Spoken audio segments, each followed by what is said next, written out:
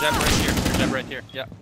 We really try to aim for operators that are both fun to play alone and with your team, that are real assets in the way you attack or defend an objective.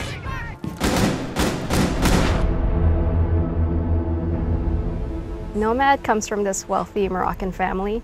She got to travel a lot as she grew up, and as she got older, she decided to travel on her own. So she's recruited for being really tough, being able to endure any kind of weather, pretty much. She wants to become the first woman to travel Antarctica alone on foot, and that requires a lot of resilience. When it comes to creating characters, it's always about iteration. It's about talking with other writers, other illustrators, other game designers, and just pitching ideas back and forth about what kind of scenarios they might find themselves in. And just the idea of what do we imagine the modern Moroccan woman may be. And I think it'd be cool to have her as a traveler, so I pitched that idea, went with that angle, and a lot of people liked it. The air jab launcher came about when she went on a solo expedition in Kenya, and she wanted to find a way to push back the predatory wildlife without hurting them. It felt a bit underwhelming to just have a frag grenade. So we wanted to add some punch into it.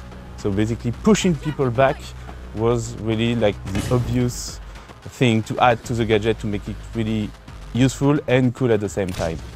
This new mechanic of displacement with the pushback effect that we really liked, that was put during the outbreak event with the big zombie, like slapping you. And you should see the face of people going through walls for the first time. It's really funny to see. She's kind of a mix and match for fighting, but as well traveling. So we started to look more into sportswear, to do trekking into the mountain. What is the military wearing, what is compatible together. We are trying to not take something that exists exactly the same. When we have a good silhouette, we go with these assets. You might notice that Nomad has missing fingertips on one of her hands, and there's a whole story behind that, and I think you'll find out from her what actually happened.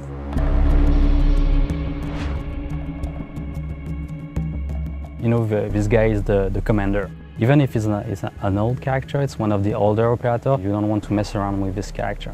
So this is the presence we tried to put visually on him. They really wanted somebody that was this imposing leader of a fortress who had a reign over it, and there were thousands of students that would come there to this very prestigious school that's gone on for generations and generations and fostered and cultivated a whole bunch of soldiers and past soldiers, and for the future. I think that's really what's important to him, and he wants to do the best job that he can. The dagger was an important thing for us because the commander passed to each other when they are in charge in the fortress. So when one is going, a new dagger is forged for the new commander. As long as he's the commander of the fortress, he will always wear it proudly on him. For the beard, we explored a ton of stuff, to the classic, to the hipster beard. But in the end, it goes with the story of the character. This guy is so organized, his beard should be trimmed pretty well as the character. Well, we began by just finding something to protect hatches, reinforced hatches. At first we tried with a mute effect. It was working, but not as good as we expected. So we just wanted to try with electricity. For his spider claw, or the Artilla electro claw, as it's officially known, I was just doing some research, and I remember that there are, in the Berber Mountains, there are these spiders that are like cartwheeling spiders, and I thought, oh, maybe it'd be cool if, growing up in the mountains, he had developed a love for those spiders, and then why not affix that love for those spiders onto his gadget. We reworked the electricity look because it was kind of subtle, like before, specifically on walls. So now it's really clear, like you see the big electrical arcs coming from metallic parts, and you don't have to try to just tickle the wall to see if it reacts. It's really clear from afar now. Commander in Moroccan Arabic is Qaid, and they're like, that's perfect, that totally goes with all the other operator names that we have. His real name, his civilian name, is Jalal El-Fassi. And Jalal is actually a nod to one of our tech guys here because he had spent so much time working on the game, and he is Moroccan.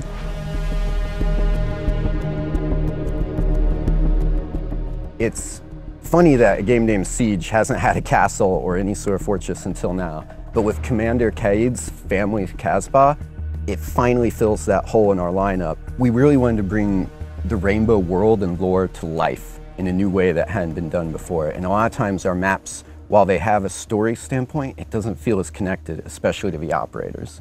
But this way we could start to bring players in, and they may actually start to look at the map and learn more of an operator's story from it. In this case, we use the operator's story to inform all of our room designs and layouts.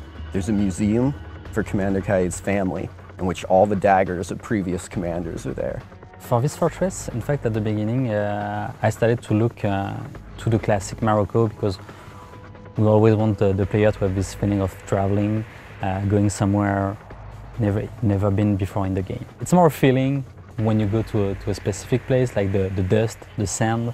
What do you feel when you're there? So I think the overall colorful feeling, the sand, the dust, the heat from the sun, I think you can really feel it now in the map. Many people on the team, including one of the art directors, is Moroccan.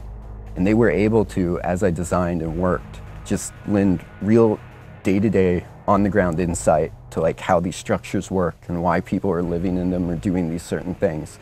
And that allowed me to see it in a new way that you don't get from just reading about it.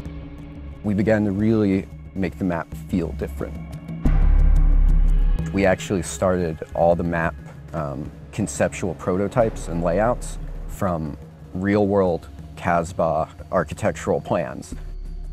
We really tried to take all the inspiration we could from Morocco as a country, and it has very unique architecture that when applied to maps will change the gameplay in ways other maps haven't had. One way is exterior staircases.